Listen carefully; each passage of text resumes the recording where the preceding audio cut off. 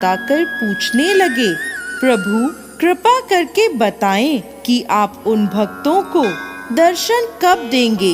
कुछ देर सोचकर भगवान विष्णु बोले, नारद, उन दोनों के पूजा पाठ और तपस्या से मैं प्रसन्न नहीं हूँ। इसलिए जिस पेड़ के नीचे वो दोनों बैठकर तपस्या कर रहे हैं, जितने उस पेड़ के पत्ते हैं, उतने सालों के बाद मैं उन्हें दर्शन दूंगा।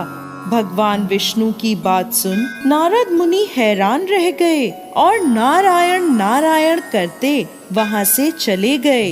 अब वह उन दोनों भक्तों के पास पहुँचे। नारद मुनि को देखकर वो दोनों बोले, प्रणाम नारद मुनि, क्या आपने भगवान विष्णु से हमारे प्रश्नों का उत्तर पूछा? नारद मुनि बोले, हाँ भक्तों, मैंने भगवान हरि से तुम्हारे प्रश्न का उत्तर पूछा, लेकिन प्रभु तुम्हारी इस तपस्या से प्रसन्न नहीं है। इसलिए उन्होंने कहा, जिस इमली के पेड़ के नीचे तुम तपस्या कर रहे हो, जितने उसके पत्ते हैं, उतने वर्षों के बाद वो तुम्हें दर्शन देंगे। ये बात सुनकर पहले भक्त को गुस्सा आ गया। वो बोला, 10 साल से तो तपस्या कर रहे हैं और अभी कई सालों तक तपस्या करेंगे।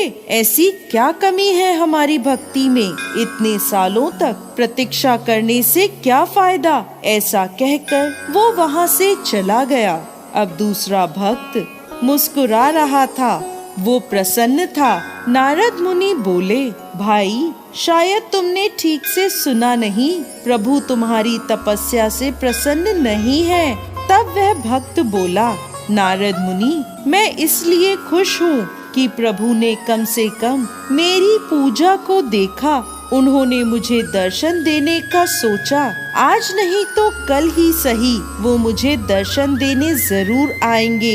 ये सोचकर मैं खुश हूँ कि मेरे प्रभु मुझे देखते हैं। ये सुनकर नारद मुनि बड़े अचंभित हुए। तभी भगवान विष्णु वहाँ प्रकट हुए।